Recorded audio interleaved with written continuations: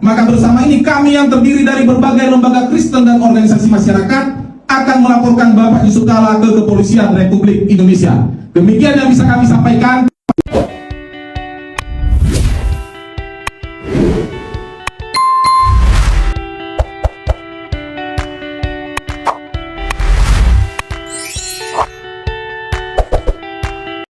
Kepada Saudara Muhammad Yusuf Kalla, saya Ferdinand Hutahayan, Managing Director Ferdinand Hutahayan & Co, kantor hukum di Jakarta.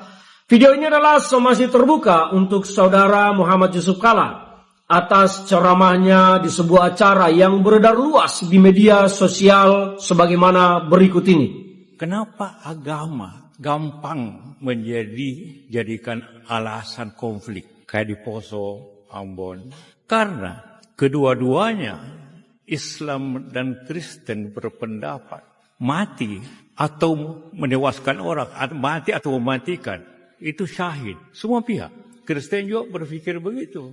Kalau saya bunuh orang Islam, saya syahid. Kalau saya mati. Itu adalah video yang beredar luas di media sosial ceramah Saudara Yusuf Kalla yang menyinggung tentang Islam dan Kristen.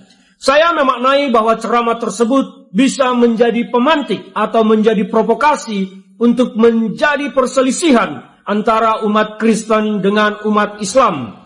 Saya juga menyatakan bahwa video tersebut masuk dalam delik penistaan agama terhadap agama Kristen, karena saudara menyatakan bagi orang Kristen membunuh agama yang lain itu adalah syahid.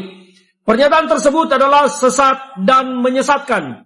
Maka saya meminta dan memberi waktu 3 kali 24 jam kepada Saudara Muhammad Yusuf Kalla untuk segera meminta maaf secara terbuka terhadap umat Kristen dan seluruh umat beragama di Indonesia ini, karena pernyataan tersebut adalah provokatif yang bisa mengakibatkan chaos berbasis identitas agama.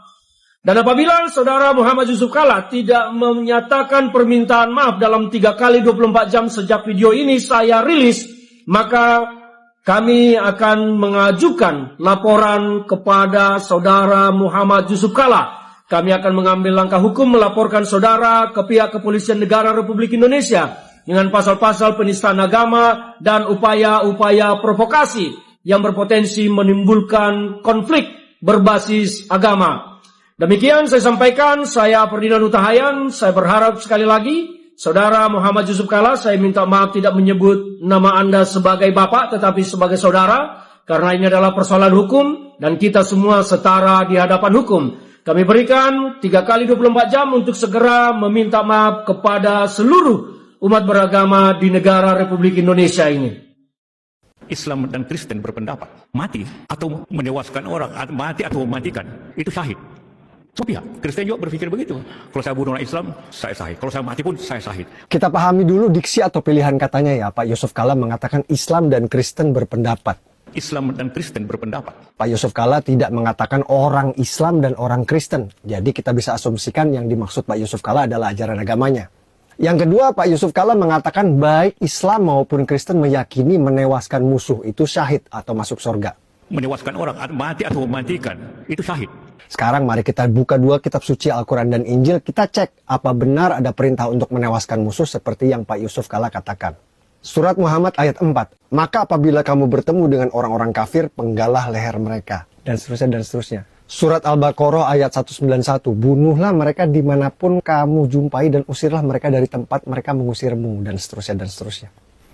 Surat At-Taubah ayat 5. Apabila bulan-bulan haram telah berlalu, bunuhlah orang-orang musyrik di mana saja kau temui. Dan seterusnya dan seterusnya.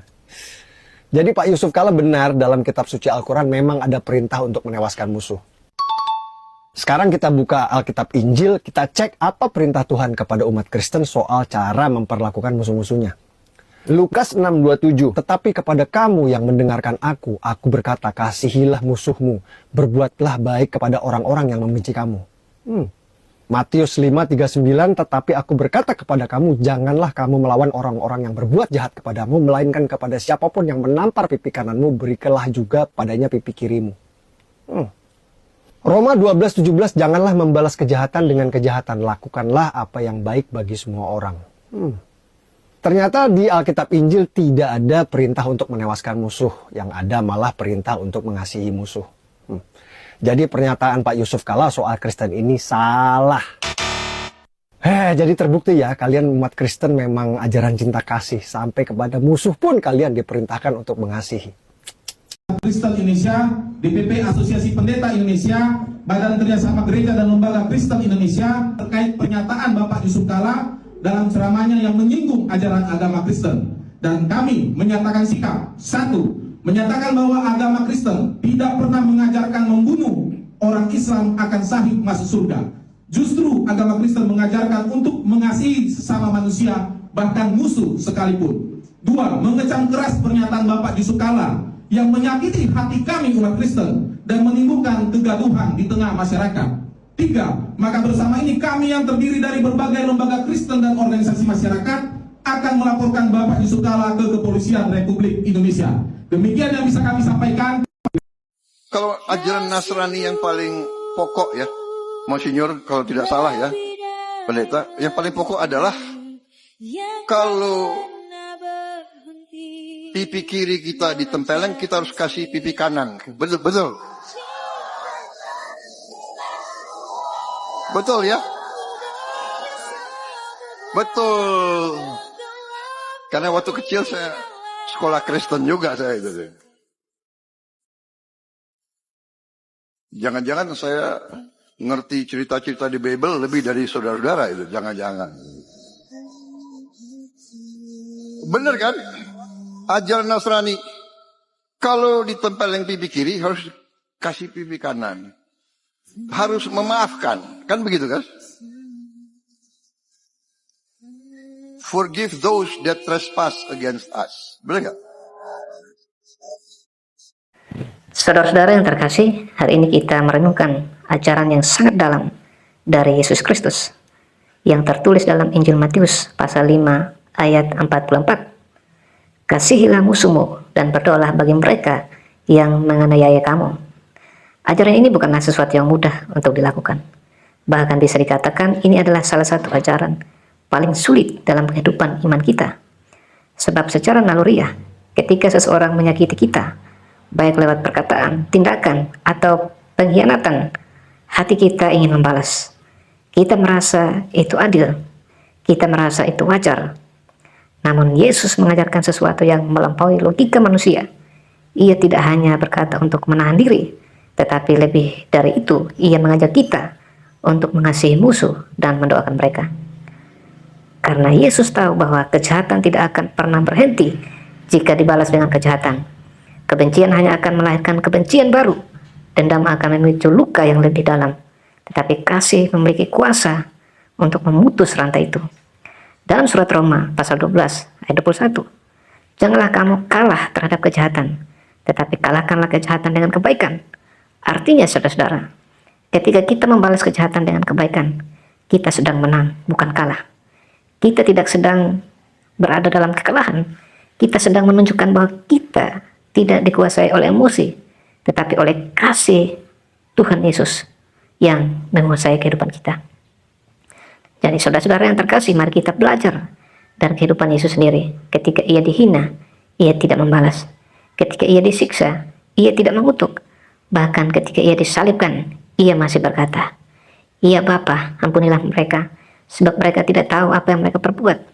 Ini adalah kasih yang luar biasa, kasih yang tidak bersyarat, kasih yang tidak menunggu orang lain berubah terlebih dahulu. Mungkin hari ini ada di antara kita yang sedang terluka. Ada kata-kata yang menyakitkan, ada perlakuan yang tidak adil, bahkan mungkin ada pengkhianatan yang sulit dilupakan. Tetapi firman Tuhan hari ini tidak mengatakan bahwa luka itu tidak nyata. Tidak. Tuhan tahu itu sakit, tetapi ia mengundang kita untuk tidak tinggal dalam kepahitan. Sebaliknya, ia mengajak kita untuk mengambil langkah iman, untuk mengampuni meskipun hati masih terluka, untuk tetap berbuat baik meskipun tidak dihargai, dan untuk mendoakan meskipun rasanya berat. Mengapa kita harus melakukan itu? Karena ketika kita mengampuni, kita sedang membebaskan diri kita sendiri. Kita tidak lagi terikat oleh luka dan dendam. Kita memberi ruang bagi damai sejahtera Tuhan untuk memenuhi hati kita. Dan lebih dari itu, melalui tindakan kita, orang lain dapat melihat kasih Kristus yang nyata. Saudara-saudari, dunia saat ini sangat membutuhkan kasih seperti ini. Kasih yang tidak membalas, tetapi memulihkan. kasih yang tidak menyakiti tetapi menyembuhkan.